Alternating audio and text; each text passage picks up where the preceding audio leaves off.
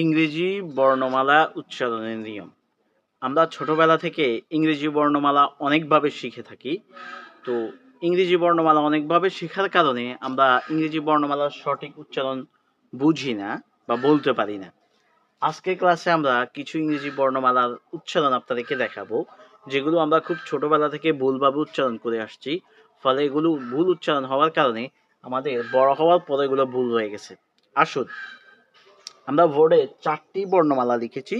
এই 4টি বর্ণমালার উচ্চারণ আপনাদেরকে আমরা এখন দেখাবো।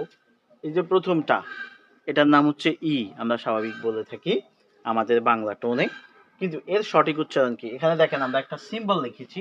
এই সিম্বলটা হচ্ছে ই সাউন্ড। ই সাউন্ড, এই ই সাউন্ড দিয়েই মূলত আমরা ই উচ্চারণ করে থাকি, যেটাকে বাংলায় আমরা বুঝি দীর্ঘ ই। দীর্ঘ ই মানে হর্ষ ইর পরে যেটা দীর্ঘ ই, তাহলে এটা উচ্চারণ কি হবে? ই। ই।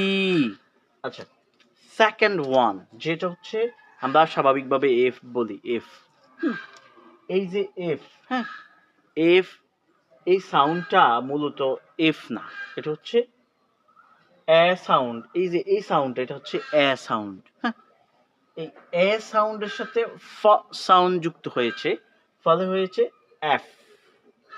কিন্তু এটা কি না? এফ না।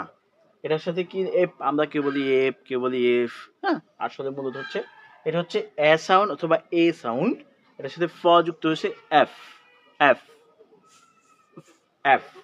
আচ্ছা, এরপরে থার্ড ওয়ান, এইটাকে আমরা বলি জি, কেউ বলি জে, কেউ বলি জি, যে যেভাবে পারি এক্সপ্লেইন করি। কিন্তু এটার সঠিক উচ্চারণ কি?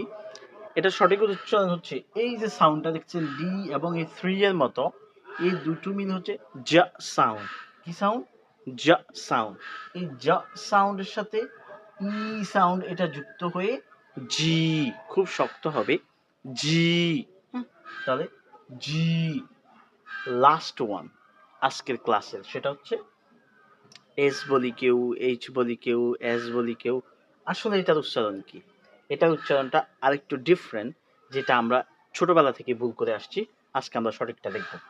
দেখুন, এটা হচ্ছে এ সাউন্ড। হ্যাঁ, এই যে এ, এই যে এ সাউন্ড আমরা এখানে দেখালাম, সেম এ সাউন্ড এখানে আছে এ। এরপরে ই সাউন্ডটা আছে হ্রস্ব ই, এই যে দুইটা একটা টান দিলাম হালকা, এটা হচ্ছে ই সাউন্ড। হ্যাঁ, ই। এরপরে যে হালকা টি এবং এফ এর মতো করে যেই টানটা, এই দুইটা মিলে হচ্ছে চ সাউন্ড। এই দুইটা মিলে কি বলে?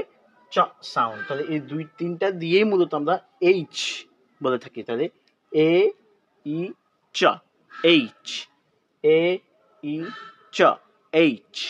তাহলে আমরা যদি একটু সামারাইজ করি আমাদের আজকের এই 4টি বর্ণমালাকে, কি আসতেছে? ই, ই সাউন্ড থেকে ই, এ সাউন্ড থেকে এফ, এফ, এফ, জি, জ সাউন্ড এবং ই সাউন্ড মিলে G, G, G.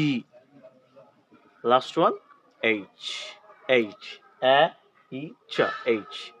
That's all about this video. আশা করি আগামী ক্লাসে আপনারা আরো ভালো ভিডিও পাবেন। দ্যাটস অল, আল্লাহ হাফেজ।